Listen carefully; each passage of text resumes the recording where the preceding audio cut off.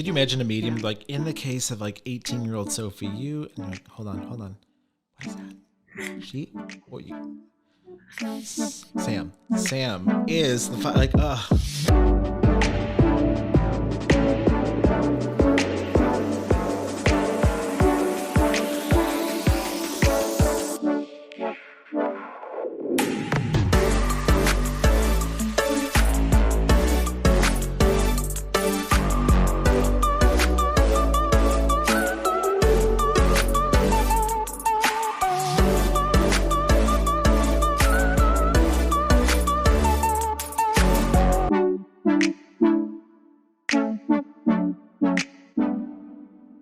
All right. Hi, everyone. Welcome back to season 2. So this is our first episode of season 2. And I'm so grateful that you're joining us today. If you're new to the podcast, basically, I started it a year ago as an exploration of artistry and mediumship and finding the parallels and, the beautiful similarities between what we do. And then I sit down with some really incredible Broadway artists that I've read. And then we talk about their reading and all these fun topics every week. So welcome. I have such an incredible guest today. Broadway debut in King David. I hope I'm right. And then she was in Tom Sawyer. She's nodding, so that's a yes. And then she was also in the 2004 production of Assassins on Broadway. And then the national tour of the 25th annual Putnam County Spelling Bee. Please help me in welcoming Sally Wilfert to our show today. So hi, Sally. Hi. How are you? I'm so happy you're here. Good. I am so glad to be here. The feeling is mutual. I was so excited to catch up with you. And so, oh goodness. I always like to start with just what have you been up to, during the pandemic? Mm-hmm. How are you staying busy? Yeah, I am staying busy, which has been surprising, honestly. I thought that it would be, me just putting logs on the fire for a really long time. Go out there and chop the wood. But yeah, honestly, right after I was doing the off-Broadway production of Trevor before we were put on hiatus. I was in rehearsals for that, and we were about a week away from going into the theater, and then everything stopped. So shortly thereafter, I think I was auditioning for Williamstown Theater Festival season at the time, and I ended up getting, and then they pretty toot sweet figured out that they were going to do their entire season on Audible. So they basically made their entire season like radio plays, which is incredible. Oh, wow. And so I had a callback via Zoom for this new show that they're doing. It was their musical of the season called Row, which is music by Don Landis and book by, oh my God, my Lord, I'm going to, Dan, oh my God, Dan, and I'm going to, hold on, I'm going to have a stroke here in a second.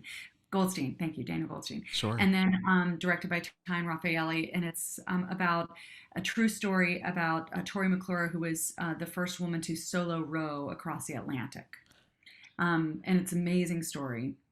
And so we did this all. I was hired. I did book the job. I had my callback, booked the job, and then we recorded the whole thing not until November, but we were in a studio and recorded the entire thing, and it's supposed to air, I think like this month, I believe. So it's kind of an amazing thing that happened. Yeah. What do you make of the Zoom auditions? Because I hear some people like them from what I've spoken with, some people don't. I kind of have gotten in a groove with it, which is great. Back in the day when you would just have to do an occasional one, it was always felt very stressful. But now you're sort of in a rhythm with, your setup and what you're doing. And so you have, you either do self-tapes where either a friend or someone in your household is helping you put that on tape, or they also do live you are on a Zoom with an actual casting director, which is really lovely. You feel you're not quite as much in a vacuum. You actually are getting feedback and it's nice. So I don't really have anything negative about it other than it's just when you're doing it on your own, you're directing, producing, you're memorizing, you're doing your own styling. You're trying to do it all, which in a weird way too is a good thing because you have control over the whole situation. So I don't know. It's an interesting time for sure. Do they mute or do they keep their audio on? So if it's a comedy and you do something funny, like can you hear them laugh during an audition or not really?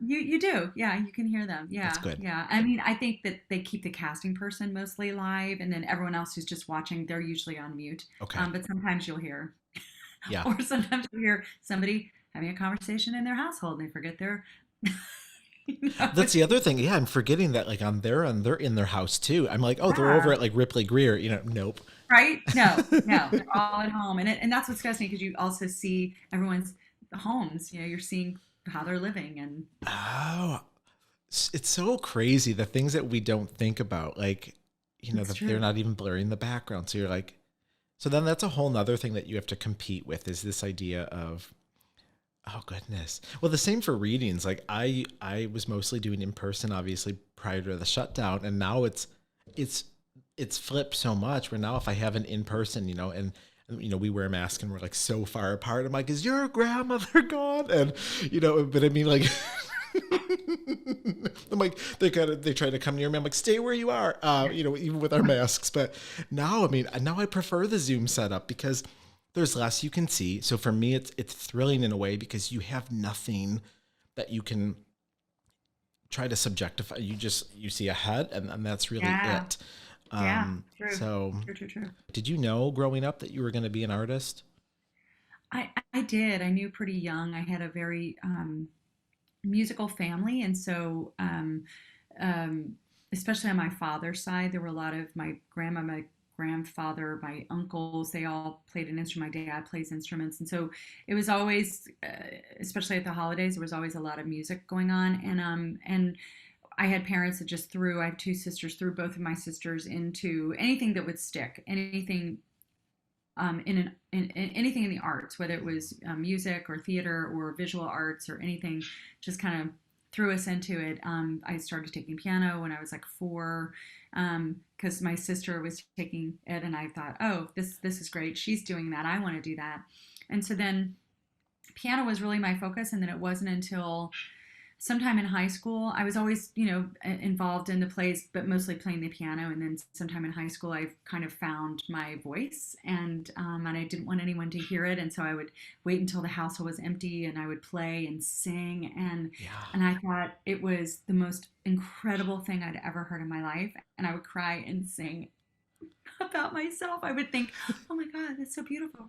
And it was like my thing. It was like my gift, my thing, and I didn't want anyone to fool with it, right? Yeah. So, and then finally, I kind of opened it up and let people hear me, and then I got the bug right away. I saw um, a chorus line, a tour of chorus line come through Cincinnati, and I thought, oh, wait, they're doing all of that together. They're doing it all. They're singing. There's music. There's dancing, and I was thrown into dancing too, and I thought, oh my gosh, that's that looks like magic. I want that. And Yeah. so then I was in. I was on board. I went to a really small high school outside of Cincinnati, and I was but beautiful. It was very diverse in that you had football players who were in the chorus and Oh chorus wow. people who were in other sports, and so everyone interacted, and so there was never like here's only the sports people and here's the arts people. Everyone interacted, and so that was really cool. It was a very it That's was so very nice. merged in that way, so that was good. And then where did you go to college? I went to Eastern Kentucky University, just a small regional college, Yeah. and got my. At the time, I don't think they had a BFA. I actually kind of created a BFA, but yeah. So I was a piano minor, and then I did all the courses towards BFA. And then can I ask too, just because sometimes you can't always find these things about people. Like I was teasing Julia Murney. I was like, I call them like the Julia Murney lost years. I'm like, so what happened between, Syracuse and then when we get to, was it like the Wild Party or something? So how did you make your Broadway debut? Like, did you move to New York right after college, or were you working for a while before that? No, I moved. Let's see. I graduated college. I worked at Opryland USA, and then I worked at Tokyo Disneyland. I went to Tokyo for a while. Oh, get out of here. Who I did you know. play? I was in Western Lando.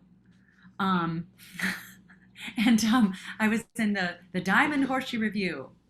Yes, and I played Slewfoot Sue, and I was like 20. I turned 22 in Japan, Wow. and it was the funnest time. I still have two of my very best friends we Yeah. met in Japan, and anyway, so came back from that, and Slewfoot Sue also was a very Mae Westy character, and everyone before me, I thought, they were like in their 30s. They were so much older than me that played the part, but I got it so young. Anyway, um, Which, really quick, and there's like a hierarchy of the Disney characters. I read a book about this, and it seems fiercely competitive within Disney World of like, oh, you're a face character, and you're like I was yes, like, oh, this is. And they said like the lunchroom was like highly segregated, like the princesses sat together, and like, oh, if you had a mask on, like one of the plastic vacuum form ones, like you sat over there. big time.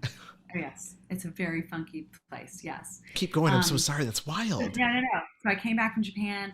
I was back in Cincinnati. I in the Cincinnati area. I auditioned for a production of 42nd Street at La Comedia Dinner Theater.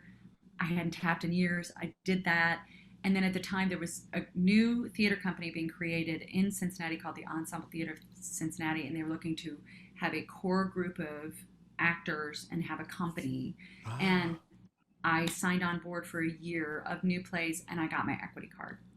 So around then, right after that, so I was there for a year. So then I moved to New York. I think I was 23, 24, or something like that.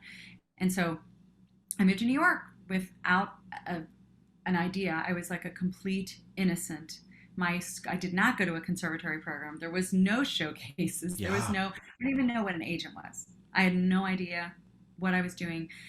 But I don't know. I had a lot of angels or something on my shoulder because I just kind of like I was probably like being in a pinball machine. I was just like, oh, I go there, oh, I go there, and I just sort of met people, and they liked me, I liked them, and I just had a lot of good connections Yeah. and worked really hard, and yeah, and so there you go. And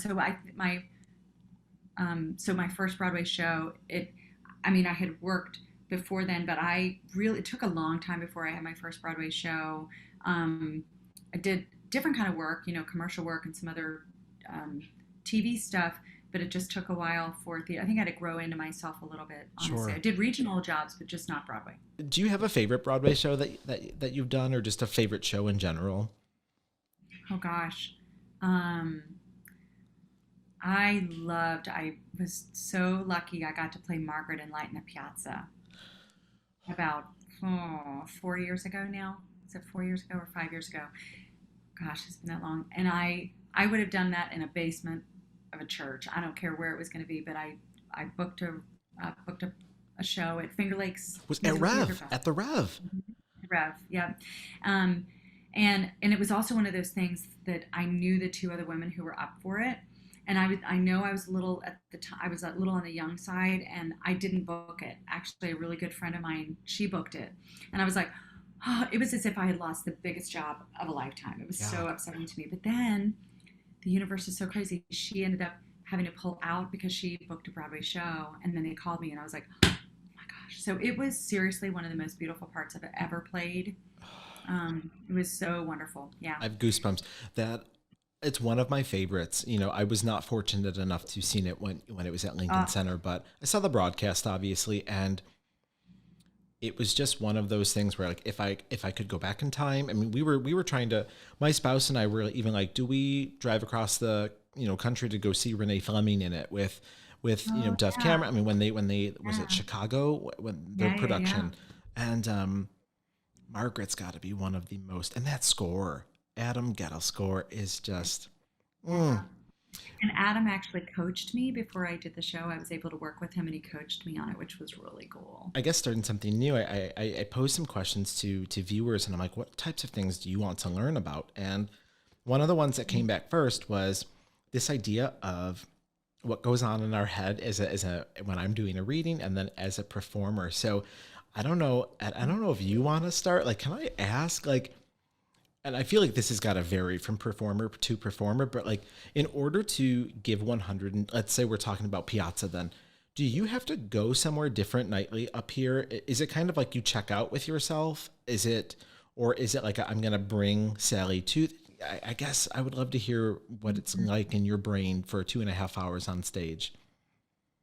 I think um, my in my best moments of of being on stage and truly in the embodiment of whatever character I'm playing, if I can do all of the work beforehand to really actually lay sort of roadblocks in that um, allows me to fully immerse myself. I mean, of course, I'm bringing parts of myself to that character as well.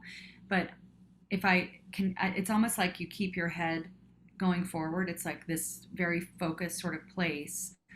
Um, and the the best moments for me is when I come off the stage, whether at the end of first act or at the end of the show, where I feel that I've almost forgotten what I did because I've disappeared so fully into it that I forget where I was. It happens in concerts sometimes to me if I am if that because I really feel like, especially if you're performing a single song or something, I really feel that it's my job to explore the lyric, express the lyric. It's not, and to let me get inside of the music and the lyrics so that I disappear.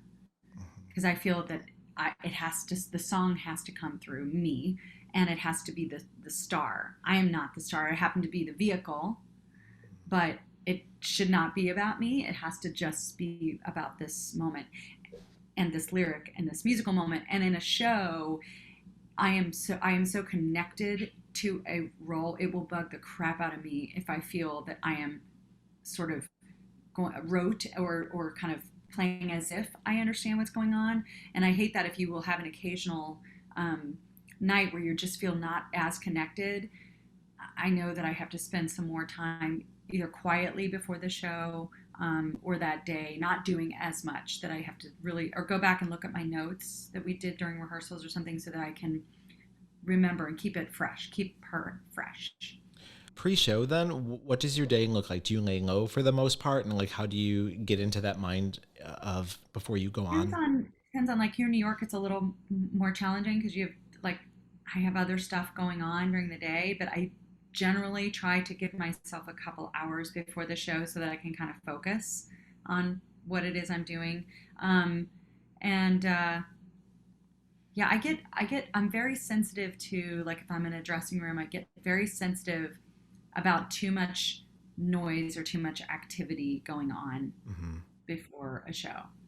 What Yeah. you said was so neat about this idea of like you're kind of the vehicle or the instrument. Like it's the exact same. Like I feel like it's this Yeah. neat thing where like I get to bring my personality to a reading, and so if and that's, to me, it's so important that I allow my own personality to come through, and that I am somebody who by nature is pretty lighthearted, and I like to use humor. So if I notice I have a client that gets emotional or upset, like I'm gonna try to find a way to like break that up. You know what I mean?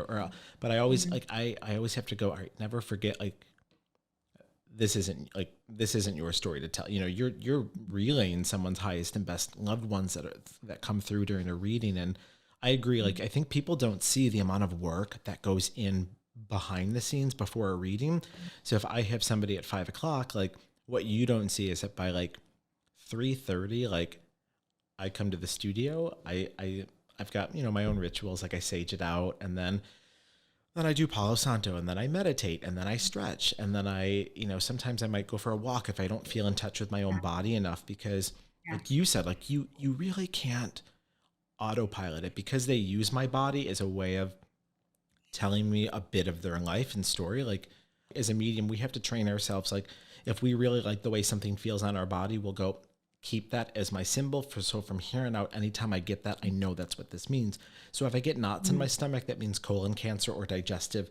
But so on that note, then I can't be eating before a reading, because if something doesn't sit well with me, I'm going to go, did somebody pass from colon cancer? When they're like, no. I'm like, no, that's my food is digesting. You know what I mean? So Oh, I don't think people grasp that. yeah, Um, that's so interesting. I was just thinking of some of those rituals of stretching, and yeah. I will usually always, before the house is open, in any show I'm doing in any theater, I go on the stage and just have a moment. If I stretch out there, or just, or if there's a fight call, I'll stay after the fight call just to have a moment of quiet. But I cannot eat before a show. Yeah. Matinee. People eat between shows. I have to eat very little. I have to feel empty. I can't sing, nor it's not, it's in a play too. I just have to feel empty. Same here. And then, Hmm. somebody had asked, and I guess to answer that really quick, they're like, well, what does it look like on my end when I'm actually reading? And I guess for me, I'm not going to spend too long on it, but for me, it looks like typically they get in touch with me one of four ways. So it's either clear seeing, or so clairvoyance, clairaudience, which is clear hearing, clairsentience, which is clear feeling, or just claircognizance, which is just clear knowing. So for me, it's so hard to describe. Like I always say it's like when you're in art class as a kid and you bring in the leaf, and then they're like, bring in a leaf that you found outside, and then you put the tin foil over it and you start to shade it, and you're like, oh, I can see like the vein, so to speak, of the leaf coming through. It's kind of like that. Like, I don't know. They're going to get in touch with me as best as they can. So there's times where like I might not know who they are to a person, and I'll just go, like I have a really aggressive head pain up here. So aggressive head pain for me either means aneurysm, typically means brain tumor. It can sometimes mean suicide. If it's gentle, it means Alzheimer's or dementia. It means somebody might have fallen a couple times, but nothing that would have, and then clairvoyance, there's times where like I can just look at somebody and go, oh, like you look just like your mom. Like, and then like the claircognizance will kick in and I go, oh, just without even seeing them, I'll just go, mom is here. Sometimes I'll hear, sometimes I'll get up at like 6 a.m. to get ready for work and I just keep hearing like dad, dad, dad, dad, dad. I'm like, okay, so somebody's father is going to be coming through today. So, and then from there, I mean, there's no one set way of doing it. Like, I think like kind of like you said, once you really start getting into the zone, you do kind of forget it. Like you leave yourself I couldn't break it down during a reading. I couldn't go, well, oh, I think I saw that. And I think I heard that. And I think I felt that. Yeah. Once the parts all move together, they just kind of blur. So Yeah. And when you add the element of music and singing too, like that emotion and that connection, you have to feel that is um, as that is connected. It can't feel like, okay, now I'm going to stop and I'm going to sing. It has the emotion of what's coming before, what's going after, and what's happening in between has to be just a fluid sort of feeling. And it bugs me if something gets in the way of that. I like to feel that I'm right in the middle of that, and I do that because it feels like this to me. It just feels. well, Piazza's got that moment where, Margaret's giving the speech about how her daughter is leading the pony around, and then boom, it goes right into song where she says here, and right, Right. it's like that D flat, and It's like right there. and you're like, oh, we're going into a song, and Yeah, then you have and this it's a gorgeous speech. It's like a song. speech. It's like just extended monologue, and it just happens to be a piece of music that's extraordinary. What was the best piece of advice Adam Guettel gave you to navigate that show? Um, what I found really interesting is he composed a great deal of it on the guitar. Yes. And I thought that was really wonderful because it sort of took the edge off, even though this music is, I mean, it's complicated and it's sophisticated, but there was also something very earthy about it. And so instead of, feeling that you have to, a lot of times when there's a big sing, you feel like you have to really put a lot of voice on it. But I think the best piece of his advice was just like, be easy with it. It should just be an easy, let it come out of you, sort of that feeling. It should feel organic.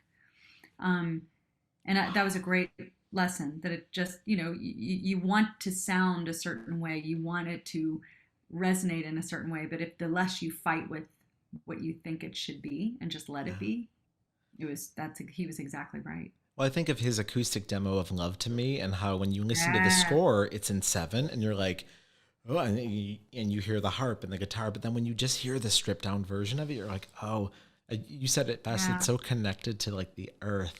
Oh, yeah. I'd love to talk with you about Rebecca. And, if you're listening at home and you're more into the mediumship end and you're not as familiar with theater, Rebecca Luker was this incredible Broadway performer with the voice of like, I won't even try to describe her voice. It was just something angelic and transcendent to hear that type of voice. And I would love to talk with you about what it was like to be her friend. How did you meet?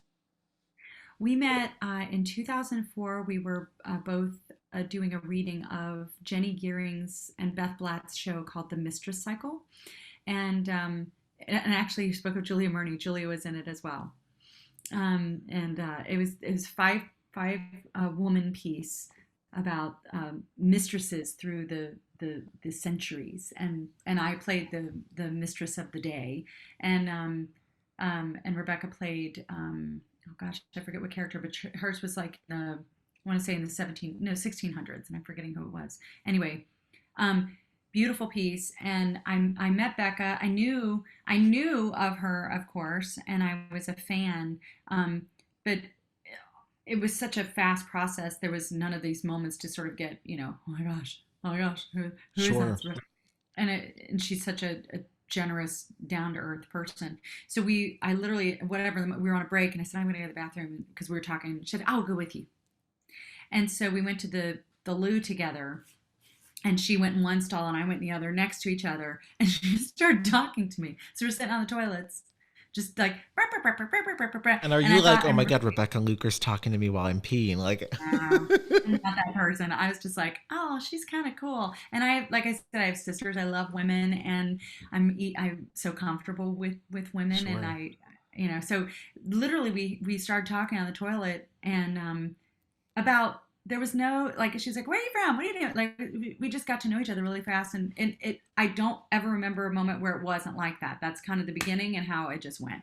And so we were friends immediately and just fell in love with each other, and we had similar yet very different backgrounds. I mean, she's from the deep south, she's from Alabama, I'm from Cincinnati, outside of Cincinnati. I'm from Ohio, but we were kind of raised in very similar ways, and we had similar senses of humor, and then we loved each other's voices. She would just, sit and listen to me and be like, "Oh my God," and I would listen to her and be like, "Oh my God," and then we realized in singing together that it was this very special sound that we had together, Yeah. and so then she asked me to guest on some solo shows of hers, and I asked her to guest on things of mine. But through all this, through the years, we were just, the best of friends, and we supported each other in shows that we were in, and we'd go and travel to see each other, and yeah, and then I mean, yeah, what do you do with the best girlfriend? You just do everything together, and then in 2017, we were asked to be a part of 54 Below's duo show that was happening the following year, and I think Jen Tepper contacted me, and I said, and then I asked Becca, and she was like, yes. And so we just decided to write this club act together, which was a blast Yeah. to do. They always say, don't go into business with your family or your friends, or don't write a show with your friend.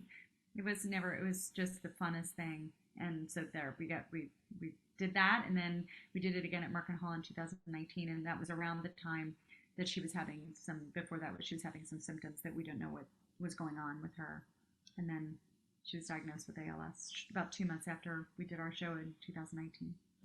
How did your album come about then? Like, was this and if you're listening at home, I'm referring to the duo album, All the Girls, which it's just so incredible. And correct me if I'm wrong, but it came out the day after she passed, or the Two day days of after, the 25th. She passed away on the 23rd, and it was coming out digitally on the 25th. Christmas Day. Um, Wow. so it's kind of a one of a kind, crazy story how the album happened. So shortly after our Merkin Hall performance, which was an extended version, Merkin Hall asked us to make it. It was 65 minutes at 54 Below, and they asked us to make it 90 to 95 minutes at Merkin Hall. So we expanded it. We did it. And by the grace of God, we recorded it. Just we thought for archival purposes. We thought, because we had already started kind of booking it around the country in different venues. We had like the club version, and we had more of a concert version, which was great. So a little after that, Tommy Krasker of PS Classics contacted us and just said, you know what, I'd love for you guys to record this album. And we said, fantastic. And then we were set to go into the studio April of 2020. and then the pandemic hit. So we had to put that on hold. In the meantime, also, Becca had been diagnosed. And so by the time, and she was, she was declining. It was fast progressing. And so by the time we were able to safely go back into the studio, it was August of 2020, and it had progressed so much that she was not able to record. So we thought, oh wow, what a sad missed opportunity. And then Tommy, who is just brilliant, said, wait a minute, did you guys say you recorded it in Merkin Hall? Yes. So he said, can you get me those masters? We got in the masters, and then he said, I'm going to make this into a live recording with what we did. And then he said, and then he and Joe Falcon, our musical director, spoke, and then they contacted me and they said, and Becca, and said, hey, we have this crazy idea and it's 10,000 times more work, but we think we can take what you did at Merkin Hall, eliminate all the audience out of it, and make it a studio recording. So then Joe so the vocals you hear is actually from 2019, and then the musicians there, and then Joe wrote more arrangements and expanded a lot of the instrumentals for each track, for many of them, and then in the magic of the studio, Bart Michael, the producer, went in the studio and did all this and put it all together, and that's what you hear now. Get out of here! Yeah, isn't that crazy? That's wild. It really is a one-of-a-kind story. And that Becca was, so by the time it was about the beginning of December when we were starting to listen to all the edits. And so Becca, we just lived 7 blocks from each other. So I was like wearing a path back and forth, and we would go and set up speakers, and Joe and Becca and I would sit and listen and make notes, and copious notes. And she was like so happy and so on the top of her game. It made her focused. It made her it helped her forget about what was happening to her, and that she would sit in her wheelchair, and with everything that was going on around her, and she could actually be creative and do what she loved to do. And we just made notes after notes after notes. So we finished all of those edits, and she heard the final product, and we wrote the thank yous and everything together. And then and we were finished by probably like the 20th, and then she passed away on the 23rd. Holy cow. Yeah, and then you have, in a weird, bizarre way, you have this beautiful parting gift of, I mean, I know when I spoke with you after to extend my condolences, I was like, if that's not the universe's way of here is one gift, that I'd like to leave with people before I go, this beautiful, I mean, and just what an honor that you were able to do that with her. Yeah. And then sorry. Oh no, it's okay. I'm so sorry.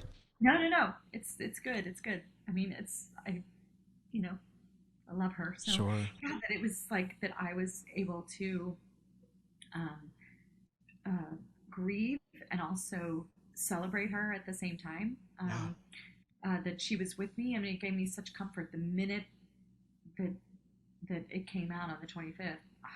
I downloaded it, and I was able to be in a car, and I would just listen to her. It made me so happy, and I would cry and listen to and remember how we wrote everything and how we came to picking the music, and just all of the little details within every track. And just I have such beautiful memories of creating that with her. So it's a real gift, truly a gift.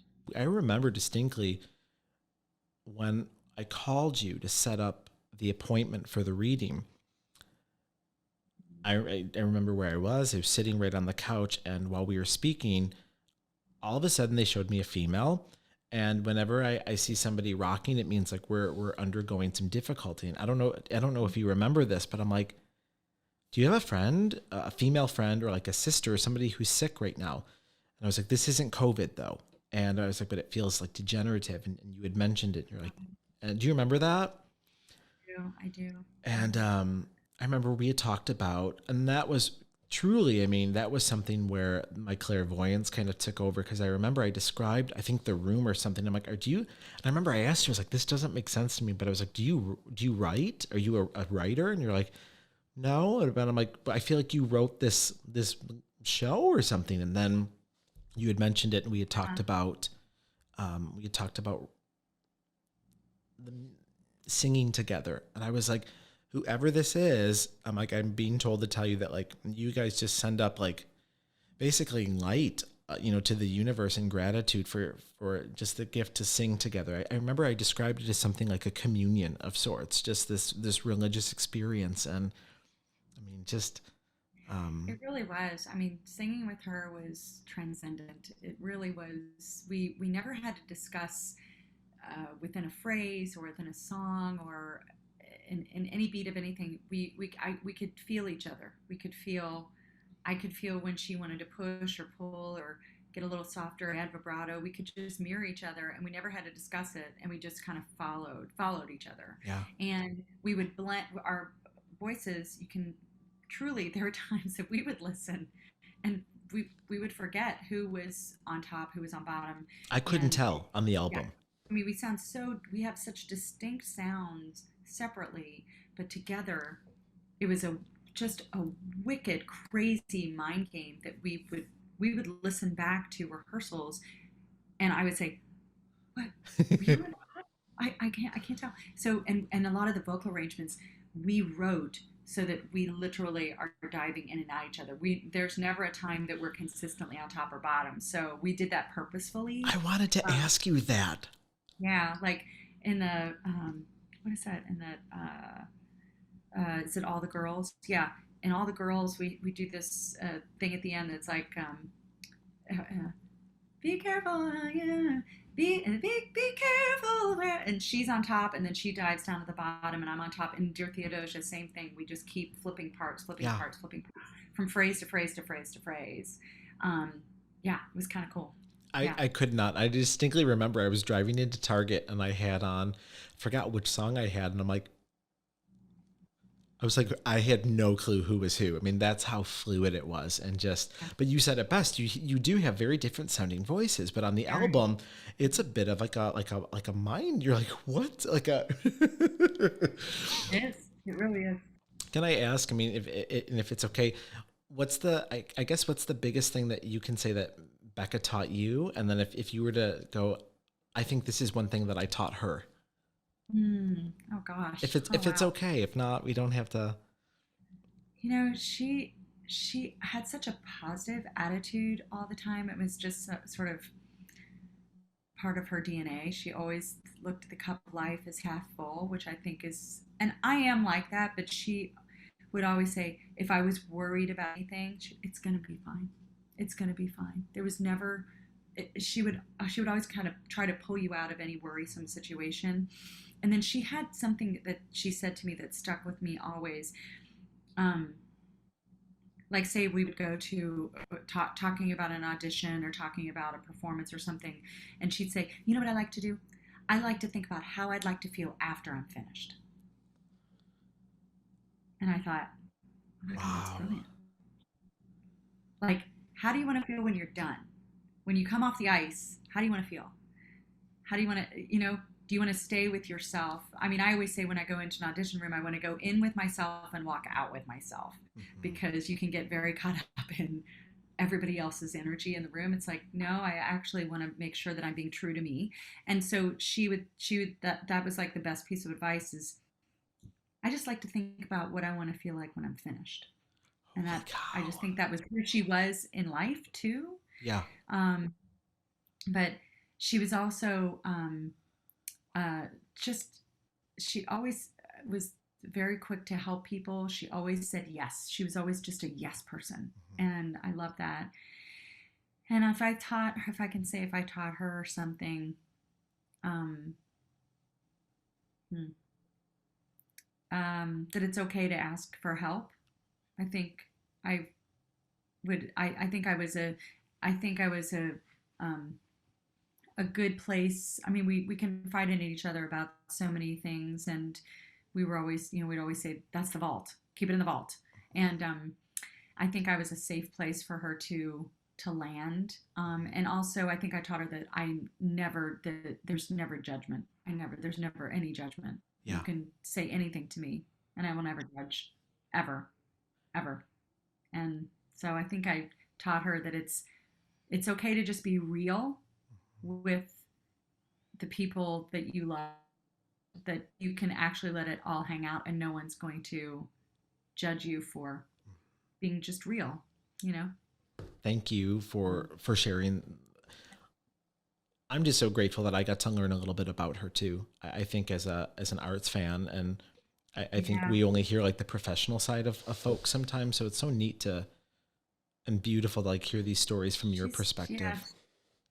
Yeah. And she's just a real down to earth person. You know, um we wrote a lot of our the album in the Poconos at her lake house. Yeah. And I mean, when we loved cooking together, there was always food. There was always planning of menus. That was also another outlet of creativity. She loved cooking, loved, and she was a great entertainer. She was a great host, and we played ukuleles together and sing together. And but she was the one that was out with that mower mowing that lawn, and she was weeding, and she was earthy. She was Yeah. a very earthy.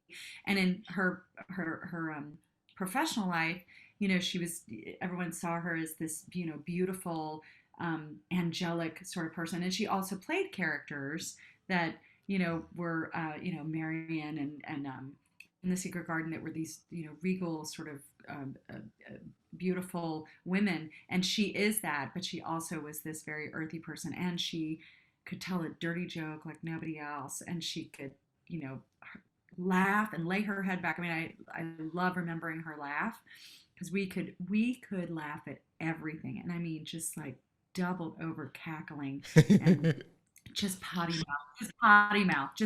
mouth, cursing like sailors. Those are And the best types yeah, of people though, yeah, where you can be so graceful and then in the next it minute is. just drop the F bomb. And when I do meet those people, I'm like, come sit next to me. I'm not going to say the cuss word we said. We like the F word a lot, so that was good. That's a it's such a good word. I remember too, when I read you, um, I guess I can bring it up. Hopefully, if that's okay, because sometimes people ask me like, "Do you get scary things, or do you get bad things in readings?" And the answer is always no. Like, I will never get anything that's gonna Mm. scare me, or it's not about me. I never get anything that's going to scare the client, just because I say like I don't want to know that. However, I will at times get things that are worded as precautionary, just because I always say our loved ones Mm. love us and they want what's best for us. And I remember distinctly asking you, I was like, do you get seasonal affective disorder? And you said no. And I remember there was a pause. And I think in that moment I put it together and I just went, oh, okay. And I was like, well, why did I get that? Because that's not. And then I just went, they're just telling her to really that they're going to take good care of Sally in December. Because I remember I mentioned December. I was like, you know, um, Yeah. just take good care of yourself. And I didn't know fully, but I had a pretty good feeling. I was like, I think this is where they're going with this. And um, if it's okay with you, is there anything that you feel comfortable sharing from our time together? Because you had never been read before, correct? No, I had It's not. your first time. Um, I had talked with an astrologer before, but I had never spoken with a medium before. Um, I think I always a little hesitant, um, not because I was afraid, but I just thought I think maybe I was afraid. Maybe it was that I was afraid that there was going to be something revealed that I was Sure. not going to want to hear. Um, but it was comforting. I know that it felt very comforting. There were people that came through that I really needed to have a connection with. My voice teacher Donald came through, so, and my grandmother that I just didn't know she was so present in my life. And I think that what was so wonderful is that it actually rejuvenated my thoughts for her with her. And it also, it sparked this wonderful conversation with my mom and my sisters about my grandmother. And, sometimes you can lose people in your memories, and it just kind of sparked a whole conversation with my family, which I was really grateful for. Um, there was something that you said, something like, and I'm not sure if this was, I think this might have been Homer, that said this, my other mentor who passed away, that he said, you work so hard and you don't give yourself enough credit.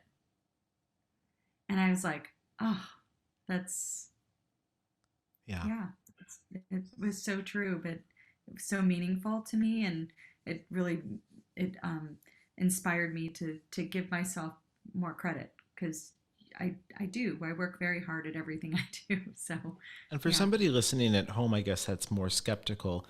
I am the first one to admit there are times that there are going to be messages that sound generic, but then Mhm. it's also interesting though, like it might not be. I mean, because like I know of people that sometimes give themselves way too much credit, and they don't do the work, but then they act like they deserve all these accolades. And but it's interesting, like if even if the like I think back to my grandmother before she passed, and some of the advice she gave when she was here alive was so generic, and I was like, oh, just her always telling me like you said with Rebecca, everything's gonna be fine. And I'm like, oh, that's a generic, but in that moment, like I go back and I'm like, that's what I needed to hear. Like that's what Yeah. I needed. Yeah. And I always say the same works for mediumship. They're going to give the specifics about who they were, little tidbits about themselves. But sometimes those messages are just going to be, I'm proud of you. I love you. Yeah. You know, give yourself a pat on the back. Like sometimes the messages will be very specific. Like recently I read somebody where I was like, they want you to know that they didn't suffer at the end. And while it sounds generic, they said some extra stuff. I'm like, because I'm like, were they not able to have too much morphine because it would have mixed with medication that they were also on? And it basically would have been like instant death. And she was like, oh my God. So like, yes. And so sometimes it's Wow. really specific and you know, and I will always, if I know that it sounds a little too generic, I'll go, okay, can you give me something a little bit more? Or I'll treat it as like a Mhm. trade where I'll go, in addition to this, a yes or no, give me one little tidbit about yourself. So then they'll say things that I remember yours was the first reading that I had done and really ever, I think, where I had a mentor come through. Normally it's parents, it's cousins, it's Mhm. friends. And I remember I was stretching. I'm like pointing behind my laptop right now because I was doing some stretches. And I remember I kept hearing mentor, mentor, mentor. I'm like, Mhm. all right. So like I write everything down before reading just in case so I don't forget it. And I remember I was like, I hope this makes sense. And you're like, no, this was one of the folks that I wanted to come through. So I don't know. It's just, Yeah. um, Yeah. oh, Yeah. It was like such the whole reading was, um, I just, I loved every minute of it, honestly. And then you also mentioned my grandmother liked to come in through my window like Peter Pan. yes, And yes, she was yes, yes, always yes, laughing. Remember, she was always laughing. yes. And then she said good things about my husband. Oh, and then somehow my husband's grandmother came through. Do you remember this? Mary. You said there was a Mary, and it was my husband's grandmother. Yes. And she said, whatever it is you're doing, it was something about his back. Yes. Yes. Yes. Yes. Remember? Well, let me tell you, he's been doing like this trifecta sort of approach to his back. And she said, keep doing what you're doing, and that's what he's been doing. And I told him, I said, you're not going to even believe this, and I told him, and he just it gave him so much comfort, and also just the endorsement of that. He was just so relieved by that. He's like, okay, okay, and Is he feeling he's like, better? Is he he feeling actually better? is, Good. yeah, Good. yeah. I always say when you are, and that is the one tricky thing though about doing Zoom readings is that in my space, in my office, if we meet face to face, you're in my space only. So I know that Mhm. there's no one else. Oh, right. When you are in a shared space, like recently I read somebody and I was like, I'm really sorry, but I'm like, I'm going to try my best.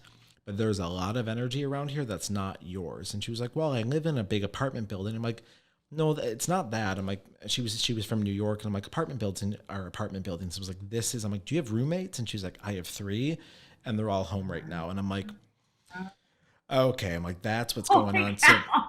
so really, I mean, it's so hard to explain what it looks like on my end because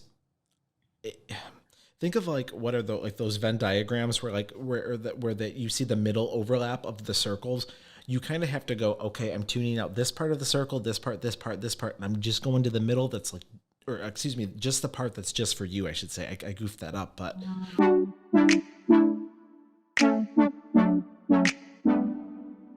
if you were stuck as a ghost in a theater for all of eternity and could only watch the same musical over and over, what would you pick? Honestly, I think it would probably be Sunday in the Park with George. That's a good choice. It's a solid choice. Like, mm. With the Yes, original there is. cast or Go, just go, say it to me. Tell me not to go. Tell me that you're hurt. Tell me you're relieved. Tell me that you're bored. Like I could do that. I I know. mean, that helped me through my divorce. Is it a People particular too. cast like Bernadette or could it be any cast? It would probably be Bernadette. Probably would. It probably would. I just or me. No, I'm kidding. Yes. Well, actually, that That's a might. role that went. That role that's the one that got away. One of those that got away. I'll be singing some of those songs someplace. Well, here's what's wild. This might be the answer to this question. I was gonna say if you could role swap with somebody, like a role that made somebody a star or solidified their stardom, like if you could time travel and take that part from them, what would it be? Would it be Dot? I don't think so. I don't. No. I love listening. I just love those lyrics, and I love that. I don't think I would time travel to play Dot. Um, hmm. I think I might time travel to Barbara Cook playing Marion in Music Man, maybe because I like there's one if there's one voice that I've been told like over and over again, there, who you sound like. I'm like young Barbara Cook. I know. It's just something that sometimes I am, in auditions and people bring up, and I've been told that many Yeah. times that I sound like her. But I met her and got to know her, which was amazing. But I think That's I would probably wild. go back and do that. Yeah. I always think of the Barbara Cook tribute, the Kennedy Center Honors, where Rebecca came out and like Barbara Cook's energy though, like I think because she was, I think, so moved by it though, her face was so serious the entire time. And I remember watching, I was like, is she pissed? And I remember my spouse was like, no, I think she's just very moved. But I was like, her energy was like so like. Yeah. I Yeah. watch that one all the time. Sometimes I'll just YouTube search it. I'm like, just all of them, Sutton Foster and then So Patty and then good. Audra I and Rebecca. know. I'm like, oh I my know. God. I know. This is one of my favorite topics is wigs. So what's your favorite lace front wig to date that you've worn in a musical? Hmm. Let's see. Nice. Let's see. Oh gosh. Let's see. Oh, um, yeah. There's God. There's a couple of them. Um, I actually loved my wig in Tom Sawyer. Really? I What really was it? loved that wig. Yeah. It was a very, because we were all in bonnets and everything, but it was this beautiful. I never get to wear brown. I'm usually either in a strawberry red, like a red or a good blonde. Yeah. But this was like brown um, and it just had a beautiful updo in it. And even though it was under a bonnet, anytime we were changing our bonnets and stuff, I was always like, oh God, she's so pretty. And it was a beautiful wig. One character that you've played that you think would benefit most from a medium.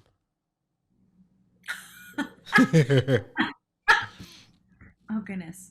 Um, oh gosh. I did a show at Good Speed. It's called LMNOP. And she needs to talk to a medium. Okay. Her name was um, uh, Guinevere. Guinevere was her name, and she just drank the Kool-Aid in that show. It's about a town who loses. They start losing letters in the alphabet, and so you can only speak words without those letters, or else you're arrested and a lot of times killed. And the whole show, you start getting distilled into. I mean, it's a big Wow. statement on freedom of speech. Yeah. It's actually a really cool show. Oh my Um, gosh. I'm gonna but write this down. she was a member of the town, and she started sympathizing with the other side. Basically, it was like if she became a Trumper kind Yeah. of thing. And so in the end, she ended up gathering her kid together, and she realized, okay, I've done. She saw the light, but then she felt such guilt about it that she poisoned her son and then shot herself. I think some people could have helped her. 200-300 years from now when we're all not here, how would you want folks to look back and remember Sally Wilfert? Hmm. I think I would like them to look back and think that she gave a lot, that she was a generous spirit. That's what I would like to. I feel Yeah, I like to give. I'm that person.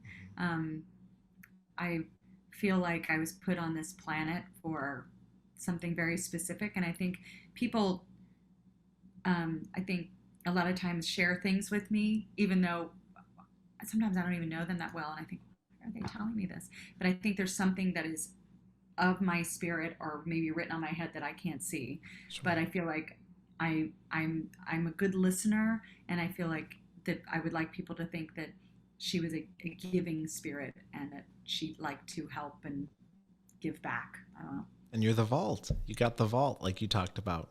I am the vaults. I You're the am the vault. vault. Sally the Vault Wilfert. That's what I'm going to call you now. So, I think Margaret could also have a medium. I think Margaret could. oh gosh, could you imagine? I mean, Margaret, I feel like Margaret would need it more for like the present. You know what I mean? Maybe not Yeah. so much connecting, but this idea of Yeah. especially releasing guilt with Yeah. her daughter's accident, because I feel like Yes. Margaret guilts herself so heavily for this, and just this idea of, oh God, like I get so emotional thinking about the end of the show. This idea of, with Fable, this idea of like, is my kid going to be okay? And Yeah. I don't believe in Yeah. love. Like, it didn't work for me, but that's not to say that it's not going to work for But you. also that her daughter's giving her hope. I mean, Margaret, we don't really know, but Margaret doesn't go back to her husband. I mean, that's how I Hmm. like to think about it. So somehow she has seen something that is true and it can work.